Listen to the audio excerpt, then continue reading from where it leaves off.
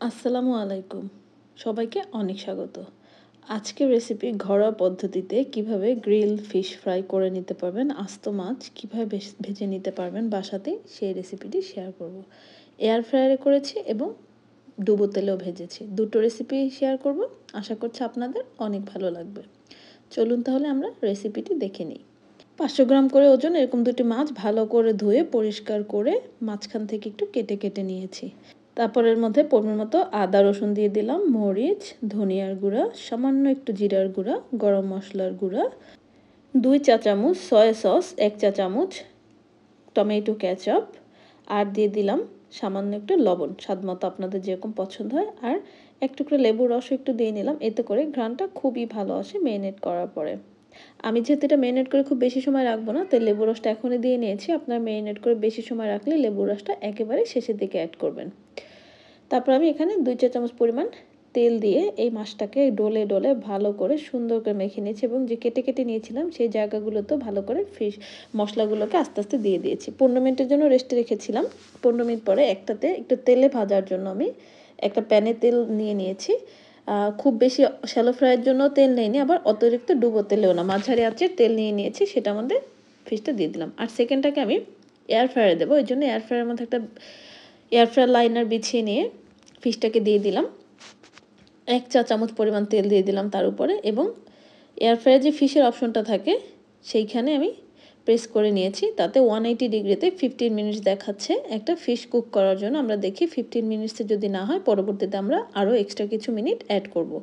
Air ফ্রায়ারটা হতে থাক, ততক্ষণে আমি আবার চুলাতে ফিরে এলাম। চুলা মাছটাকে আমি আলতো হাতে উল্টিয়ে পাল্টিয়ে ভেজে নিচ্ছি, যেহেতু খুব বেশি তেল দিইনি। খুব বেশি তেল দিলে সমস্যা হচ্ছে, আমরা যেহেতু এটাকে মশলা মাখিয়েছি, মশলাগুলো সব তেলের সাথে চলে যাবে। আপনারা যদি শুধু লবণ দিয়ে ডিপ ফ্রাই করেন সেক্ষেত্রে তেল অনেক বাড়িয়ে দিতে পারেন, সেই মাছটা অন্য ধরনের মজা, এটা আবার ডিফারেন্ট মজা। আমার প্রায় 10 মিনিট হয়ে গেছে। এখন আমি দেখার জন্য এয়ার ফ্রায়ারটা খুলে নিচ্ছি যে ফিশটা কতখানি কুক হয়েছে। অলমোস্ট কুক হয়ে গেছে। আমি এখন এই যে আমার বাকি মশলাটুকু ছিল উপর থেকে, সে একটু গ্রেভি মশলা দিয়ে দিচ্ছি। বাকি 5 মিনিট এই মশলা দিয়ে আমি কুক করে নেব, তাতে করে মশলাটার গন্ধটাও চলে যাবে আর ফিশটাও অনেক টেস্টি হবে খেতে। আমি আবার এয়ার ফ্রায়ারটা অন করে দিলাম।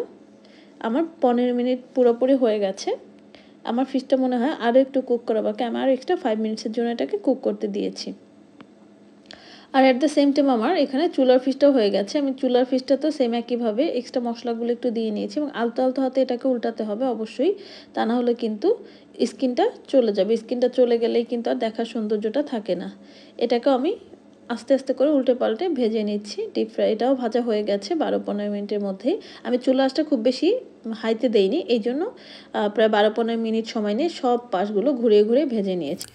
এই তো একেবারেই ঘরোয়া মশলায় অল্প সময়ের মধ্যে হোমমেড ফিশ ফ্রাই রেডি। আপনারা খুব সহজে এভাবে বাড়িতে তৈরি করে নিতে পারেন। এভাবে এই ফিশ ফ্রাইটা এতটাই মজার হয়, আপনাকে আর দোকান থেকে অনেক দাম দিয়ে ফিশ ফ্রাই কিনে খেতে হবে না। আর বাচ্চারা তো খুবই পছন্দ করে এই ধরনের খাবারগুলো। এই যে দেখতেই পাচ্ছেন আমার দোনোটা ফিশই হয়ে গেছে। এয়ার ফ্রায়ার করা ফিশটাতে 1 চামচ তেল দিয়েছিলাম এবং ফিশের তেল বের হয়ে সম্পূর্ণ তেলটাই বের হয়ে গেছে। এটা খুবই হেলদি। যারা হেলদি উপায় খেতে চান অথবা যারা তেল একেবারে অ্যাভয়েড করতে চান, দেখেন লাইনার দেওয়ার কারণে আমার এয়ার ফ্রায়ারটাও মোটেও নষ্ট হয়নি। এখন আমি এটাকে আপনাদেরকে টেস্ট করে দেখাবো আর বলবো কোন ফিশটা আসলে খেতে বেশি মজা হয়েছে।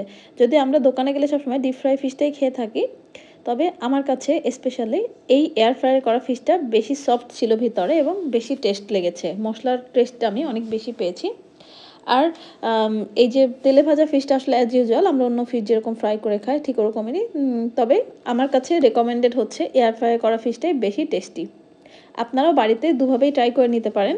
আর এয়ার ফ্রায়ারটা আসলে অনেক বেশি ইজি, আপনাকে কোনোই ঝামেলা পোহাতে হবে না। জাস্ট এয়ার ফ্রায়ারে বসিয়ে দিলেই হয়ে যায়, উল্টাপাল্টা করার কোনো ঝামেলা নাই, 2 সাইড থেকেই সমানভাবে কুক হয়ে যায়।